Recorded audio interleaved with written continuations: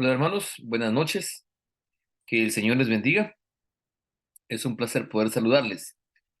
En este momento no he podido compartirles en la clase en vivo por Zoom, como generalmente lo hago, ya que me encuentro, me encuentro de viaje por cuestiones ministeriales. Entonces, les he dejado la clase grabada en este canal para que ustedes la puedan ver por ahí. Pero agradecemos a Dios que podemos contar con esos recursos para que ustedes puedan ver por aquí en la clase. Hoy seguiremos con el curso que tenemos de Teología Paulina y espero en Dios que esta clase pueda ser de bendición para todos nosotros. Eh, Así que comienzo la clase de una vez para aprovechar bien el tiempo que tendremos.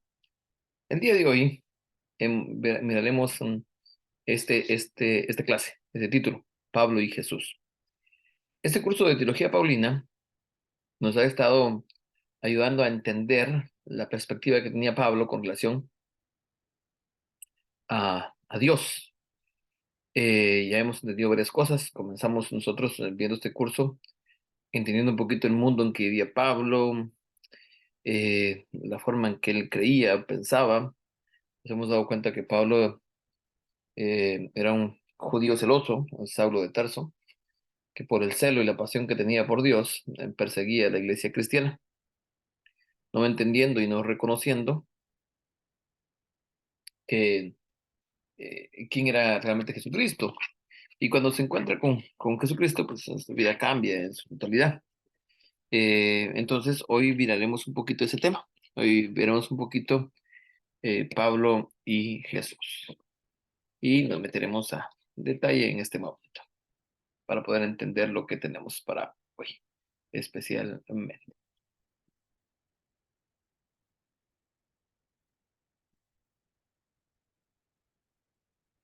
Pablo y Jesús. Definitivamente, todo el material que estamos utilizando en relación a este curso trata sobre eso, trata sobre Pablo y Jesús, por supuesto, ¿verdad? Eso queda bastante claro.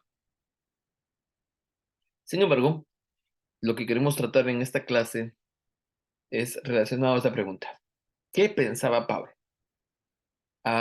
Con mayor profundidad. ¿Qué pensaba Pablo sobre Jesús? En algunos casos, hay personas que tratan de manera de desvirtuar lo que Pablo escribió, lo que Pablo hizo, lo que Pablo dijo, asumiendo que para Pablo Jesucristo no era Dios. Entonces se nos pregunta a nosotros, ¿realmente Pablo pensaba que Jesucristo era divino? La respuesta claramente usted la conoce. Usted va a decir que sí, y por supuesto que tiene razón. Sin embargo, ¿por qué lo creía y cómo lo expresaba? Ese es el objeto de esta clase. ¿Por qué creía Pablo que Jesucristo era Dios y cómo lo lograba expresar? Para Pablo, Jesucristo era divino, o sea, era Dios mismo, por supuesto. Pero viene una pregunta. Si Pablo seguía teniendo un pensamiento judío y seguía creyendo en un Dios, sigue siendo monoteísta, y sigue creyendo que existía solamente un Dios, ¿cómo lo expresaba o dónde encajaría Jesucristo ahí mismo? ¿Verdad? Y para demostrar esto, hemos de explicar primero cómo veían los judíos del primer siglo al único Dios verdadero. ¿Cómo es que para el apóstol Pablo cabía esta posibilidad? Esa posibilidad en la cual Jesucristo cabía en ese pensamiento judío de que existía o de que existe solamente un Dios. Y comenzamos.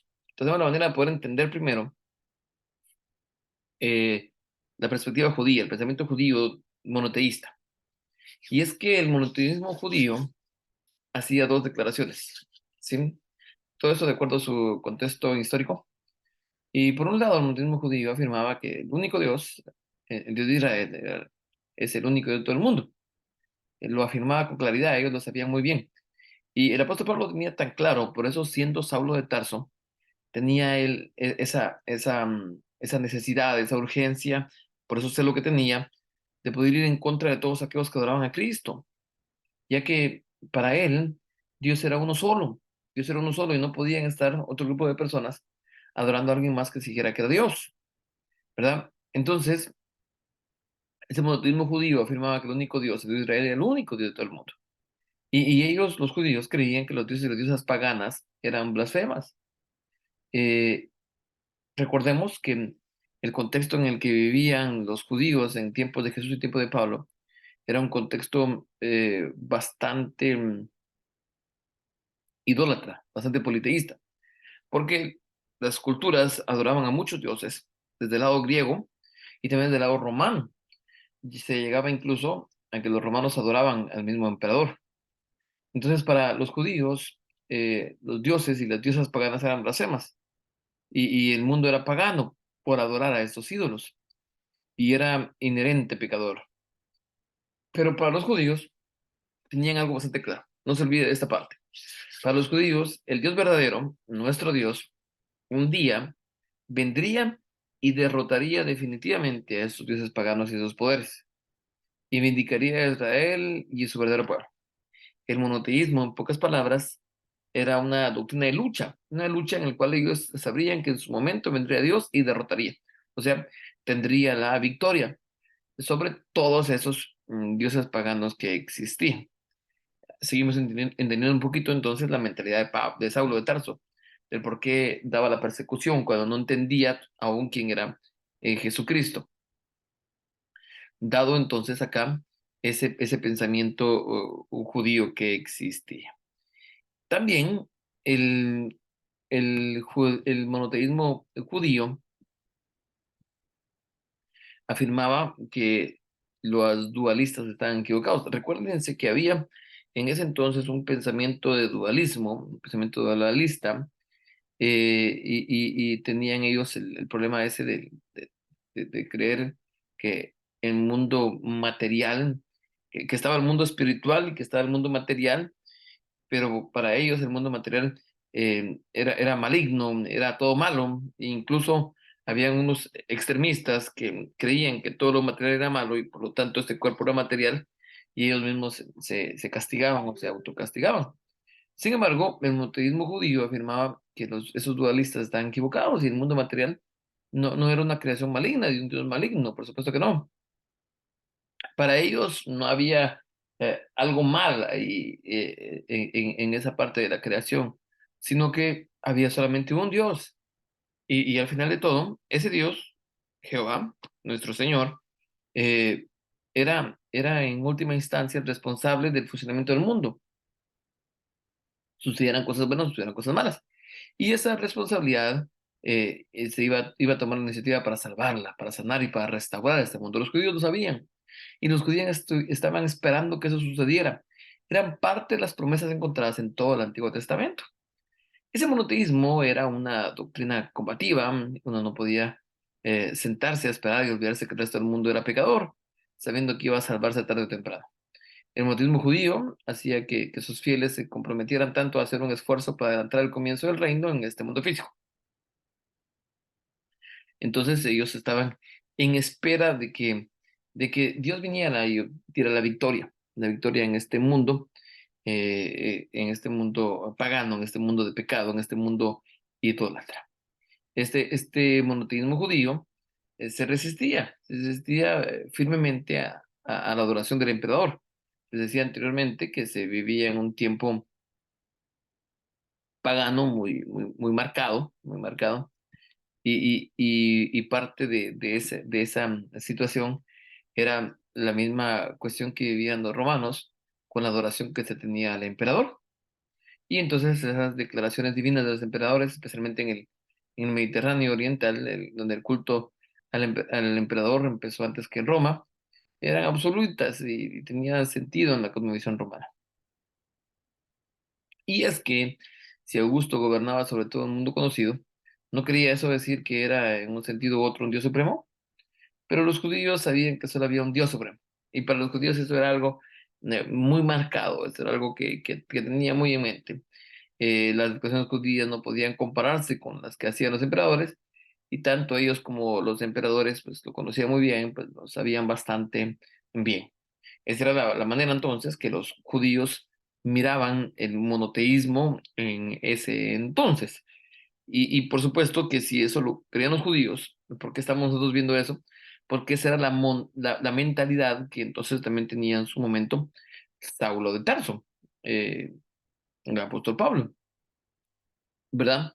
Y no se olviden que si creemos, por las evidencias que hemos mostrado en las clases anteriores, que el apóstol Pablo sigue siendo un judío que ha encontrado a, a Dios, a ese Dios que se lava, a ese Dios que apasionadamente buscaba, lo ha encontrado en Jesús encarnado. Y entonces, ya que lo ha encontrado, sigue siendo un judío, pero ahora habiendo encontrado a Jesucristo, y entonces algunas de las cosas han cambiado en él. Algunas de las cosas ya no son las mismas, porque se ha encontrado con Jesucristo. Entonces, con este punto, miremos ahora lo siguiente. Miremos a Jesús en el monoteísmo de Pablo. Ya lo vimos, o ya quisimos entender al Jesús al monoteísmo en la mente de los judíos, pero ahora miremos a Jesús en el monoteísmo de Pablo. Y una de las cosas más sorprendentes de la cristología paulina es la siguiente. En el mismo instante en que le estaba dando a Jesús los títulos y los honores más grandes, este también está enfatizando que es un buen judío monoteísta. ¿Qué quiere decir esto? Porque ahora el apóstol Pablo cree de que Jesús es Dios, no cree en que hay dos, que hay tres o que hay más de un dioses, no, porque en las escrituras vamos a darnos cuenta que Jesucristo claramente, perdón, que el apóstol Pablo claramente nos enfatiza que Jesucristo es Dios, pero también claramente sigue enfatizando que él sigue siendo monoteísta, o sea, sigue enfatizando que existe solamente un Dios. Ante esas declaraciones, podríamos pensar que Pablo parecía un teólogo confundido o que intentaba decir que, que cuando ponía a Jesús y a Dios en el mismo saco, no estaba añadiendo un segundo Dios al panteón. Con esas palabras. No, tampoco intentaba que se entendiera que Jesús era absorbido por Dios único. Lo que realmente estaba haciendo era invitar a los lectores, invitar a la gente que le escuchaba, a que vieran que por un lado la identidad de Jesús estaba en el hombre llamado Jesús de Nazaret, pero por el otro estaba en el mismo ser del único Dios, el Dios monoteísta judío, ese Dios que en un momento él predicaba, ese Dios que en un momento él defendía, ese Dios que en un momento él se alaba grandemente, ahora estaba en Jesucristo mismo. Él lo era, definitivamente. Si nosotros leemos en Gálatas, capítulo 4, versículo 8 al 11, vamos a darnos cuenta de una verdad bastante importante.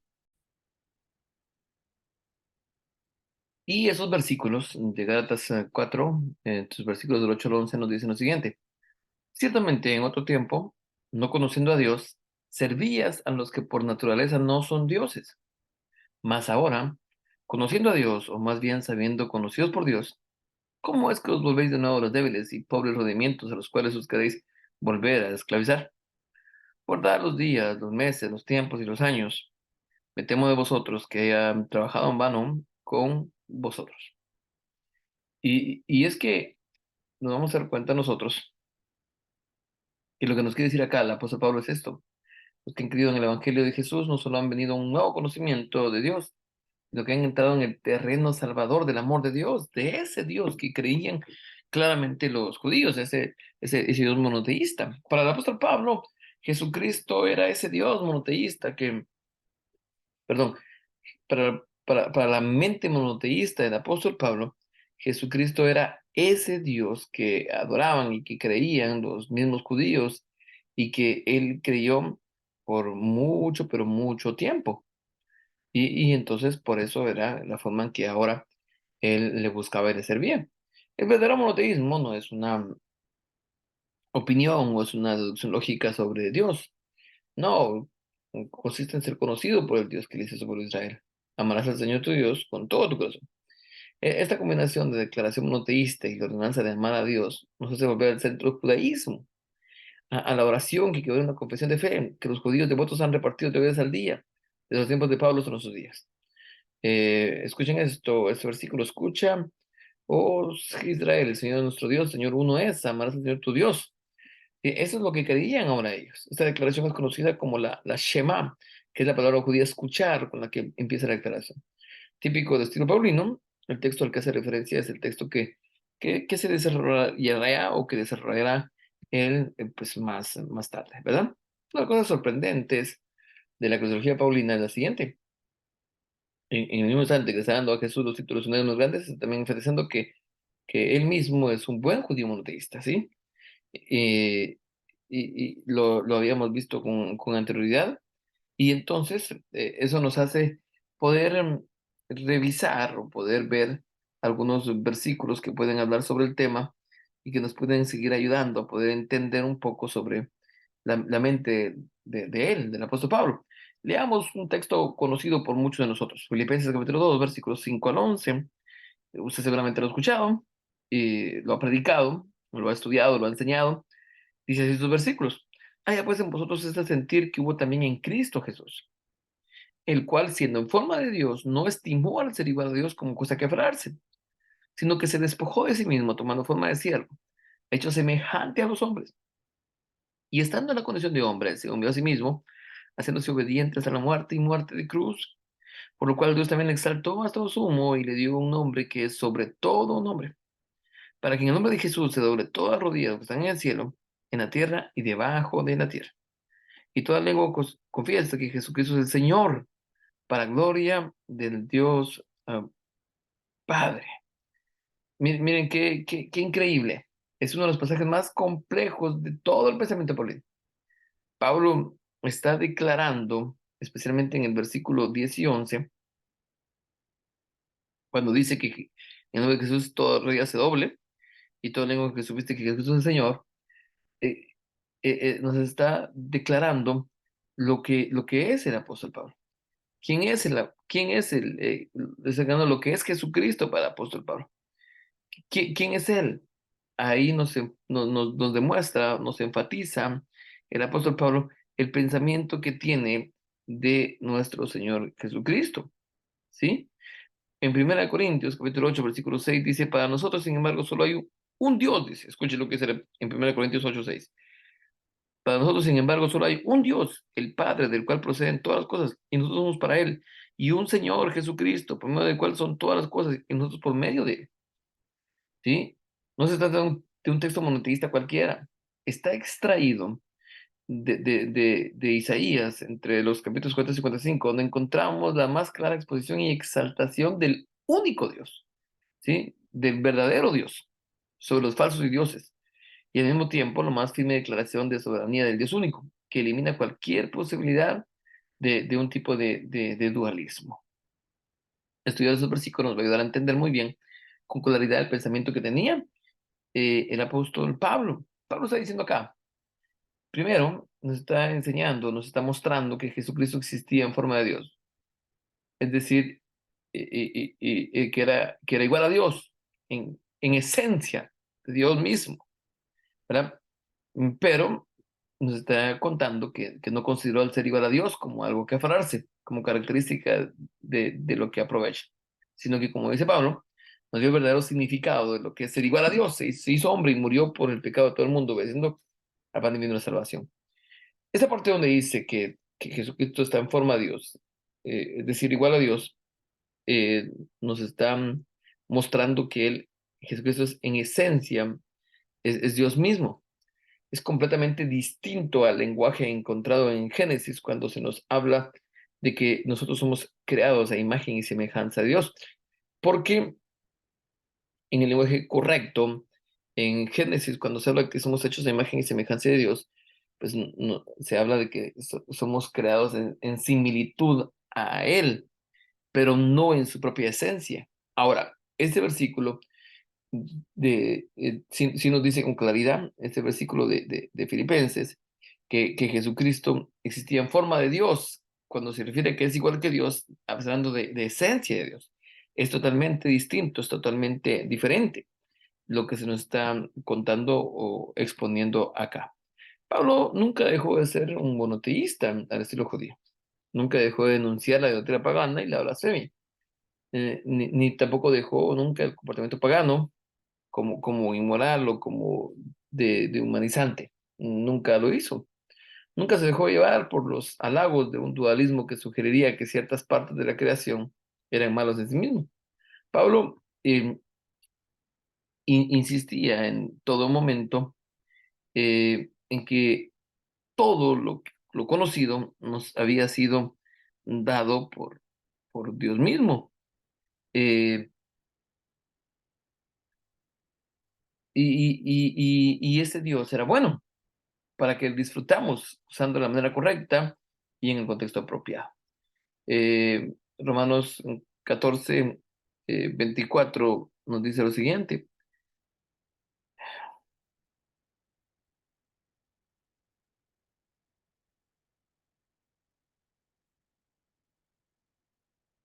14:20, perdón. No destruyas la obra de Dios por causa de la comida. Todas las cosas a la verdad son limpias, pero es malo que el hombre haga tropezar con el que come. Y aquí nos habla de las cosas buenas que hace Dios. O sea, el apóstol Pablo nos está diciendo que lo que hace Dios son cosas buenas. Por lo tanto, niega totalmente su dualismo en el cual eh, pueda haber creación de cosas malas.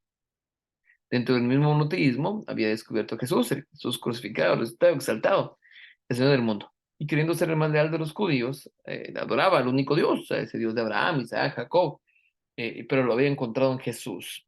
Lo había encontrado ahora en Jesucristo mismo.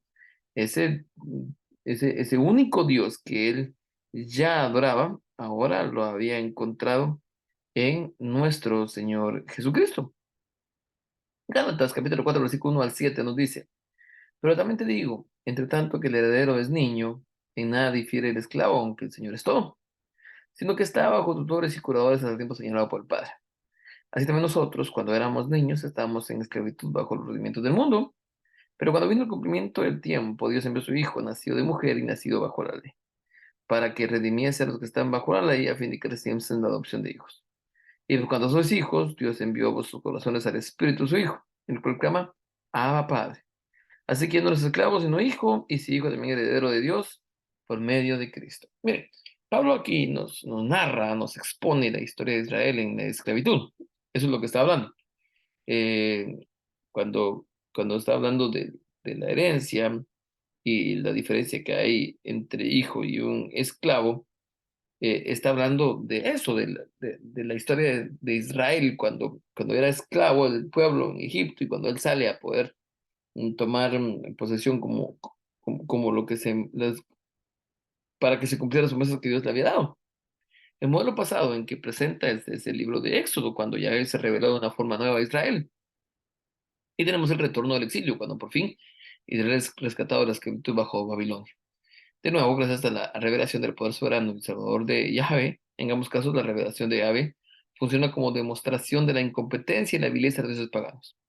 Los egipcios es un caso y los babilonios en otro, que no pudieron para nada poder ir en contra del poder de nuestro Dios mismo. Aquí nos muestra el apóstol Pablo con toda claridad todo ello, dándonos muestras de que no somos delante de Dios. Pablo, claro, estaba volviendo a narrar la historia de cómo el único es verdadero ha rescatado a su pueblo para sí mismo. Tal como lo cuenta, la historia se desarrolla de una manera triple. Dios envió a su único hijo, luego envió el Espíritu de su Hijo, y es que todo este pueblo redimido ahora verdaderamente conoce al Dios verdadero. Mejor dicho, ha sido conocido por él.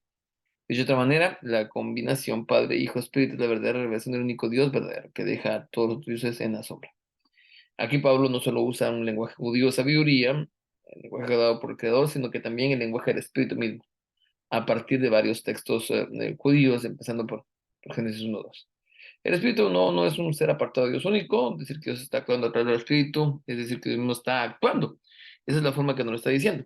No es algo extra, no es algo fuera de, sino que nos está diciendo cuando habla de que está actuando a través del Espíritu, nos está diciendo que está Dios mismo actuando, ¿verdad? Y eso nos está ayudando a poder entender, eso nos está ayudando a poder entender de una mejor manera ese pensamiento que tenía el apóstol Pablo con relación al monoteísmo, a la creencia de un solo Dios, y asimismo a darnos cuenta qué es lo que creía el apóstol Pablo de Jesucristo, ¿verdad? Cómo veía a Jesucristo, cuál era la manera en que lo miraba, en que lo veía, de cuál forma él lo estaba realizando, de qué forma él lo estaba haciendo. Vamos ahora a Romanos especialmente o específicamente al capítulo 8 y leeremos desde el verso 1 al 11. Miren lo que dice. Ahora pues sin ninguna condenación hay para... pues, sigamos prestando atención al énfasis que hace el apóstol Pablo en Jesucristo viéndolo como Dios, como su Señor. Ahora pues ninguna condenación hay para los que están en Cristo Jesús, los que no andan conforme a la carne, sino conforme al Espíritu, porque la ley del Espíritu de vida en Cristo. Jesús me ha librado de la ley del pecado y de la muerte. Porque lo que era imposible para la ley, por cuanto era débil por la carne, Dios enviando a su Hijo a semejanza de carne de pecado, a causa de pecado, condenó al pecado en la carne, para que los que son de la carne piensen las cosas de la carne, pero los que son del Espíritu son las cosas del Espíritu. Porque el ocuparse de la carne es muerte, pero el ocuparse del Espíritu es vida y paz. Por cuanto los designios de la carne son enemistad contra Dios, porque no se sujetan a la ley de Dios, ni tampoco pueden. Y los que viven según la carne no pueden agradar a Dios. Mas vosotros no vivís según la carne, sino según el Espíritu. Si es que el Espíritu de Dios mora en vosotros, y según nos tiene el Espíritu de Cristo, no es de Él. Pero si Cristo está en vosotros, el cuerpo en verdad está muerto a causa del pecado, mas el Espíritu vive a causa de la justicia. Y si el Espíritu de aquel que levantó a los muertos a Jesús mora en vosotros, el cual levantó a los muertos a Cristo Jesús, vivificará también vuestros cuerpos mortales por su Espíritu que mora en vosotros. Este es uno de los pasajes centrales de la Biblia Paulina. Aquí vemos como Cristo y el Espíritu están juntos y consiguen hacer lo que para la Torá era imposible, el trabajar juntos. Eso no se puede encontrar en la Torá. En el versículo 3, leámoslo nuevamente, aquí en Romanos 8, y dice, porque lo que era imposible para la ley, ¿se da cuenta de qué estamos hablando? Por cuanto era débil por la carne, Dios enviando a su Hijo en semejanza de carne de pecado y causa del pecado, condenó al pecado en la carne. Es decir, debemos recordar que para el judaísmo, igual que para Pablo, la Torá era como una especie de código de ley. Eh, y no era solamente un código de ley, sino que era el aliento vivo de Dios vivo, identificado por unos autores como la sabiduría que estaba en el Creador, actuando como su agente, desde el comienzo del mundo. Eso era lo que para ellos lo veían de esa manera. Entonces, ¿cuál era el pensamiento que tenía Pablo de Jesús y Dios? Debería de haber quedado claro que cuando Pablo fue al mundo gentil con su evangelio, fue a los gentiles como un judío, ¿sí? Se acercó como un judío para decirle al mundo gentil lo que los judíos siempre habían creído, que todos los dioses de los pueblos son ídolos, pero el Señor había hecho los cielos y había recibido una nueva visión de Dios. Ahora había conocido a Dios mismo en Jesucristo. Lo que quería decir que esa declaración tradicional no podía pronunciarse de toda la perspectiva, con un sentido de superioridad. El único Dios, el Creador, se había dado a conocer en y como Jesús de Nazaret, el Mesías crucificado y resucitado, el Señor del mundo. Aquel que había dado vida al mundo, por fin se había revelado al mundo para rescatarle y para amarle. Esa era la situación, pues era la manera en como Pablo miraba a Jesús y Dios mismo, el viento que se movía sobre la faz de las aguas de la creación, para el apóstol Pablo volvía a soplar para dar vida a los muertos. Este era el mensaje, un mensaje totalmente judío que el apóstol Pablo traía para el mundo gentil y que debían de huir urgentemente. Pablo creía que había sido llamado a ser el medio a través del cual todo esto se estaba haciendo realidad. Y por eso el apóstol Pablo, con toda pasión y gana, iba y lo cumplía muy, y con toda valentía y con todo apuro. Definitivamente, esos versículos que leímos, que espero en Dios que ustedes los puedan leer después y los puedan estudiar de mejor manera, nos dan a entender el pensamiento que tenía el apóstol Pablo de Jesucristo con relación a ello mismo, a que es nuestro Dios, ¿verdad? Ese era el pensamiento que él tenía con toda claridad, ¿verdad? Estamos llegando al final de esta clase, que hoy es corta. Después, por favor, lea nuevamente la presentación. Yo, pues, por supuesto, le estaré enviando las diapositivas como siempre lo hago. Y esta semana tendrá que entrar a la plataforma y tendrá que contestar esta pregunta. ¿Cómo explica el monoteísta Pablo la divinidad de Jesús? ¿Sí? Eh, por favor, ya sabe usted que el jueves a medianoche se cierra la oportunidad de la plataforma para poder responder a esta pregunta. ¿Cómo explica el monoteísta Pablo la divinidad de Jesús? Por favor, eh, contesta la pregunta esta semana. A la vez, pues también ah, aprovecho para recordarle a usted eh, de una tarea que tenemos por ahí, que es necesario que usted la tenga en mente. Por favor, se la estoy mostrando ahora en la pantalla. Para el 27 de octubre, pero ya estamos acercándonos. Usted ya entregó una tarea el 1 de septiembre sobre ese trabajo de los rasgos biográficos del apóstol Pablo, pero ahora tiene que entregarnos para el 27 de octubre una reseña crítica del libro Pablo, su vida y sus epístolas. Yo ya le dije el libro de Bardwell, Pablo, su vida y sus epístolas. Comience a leerlo desde ya, se lo he dejado con anticipación para que lo lea y después de haberlo leído realiza la reseña.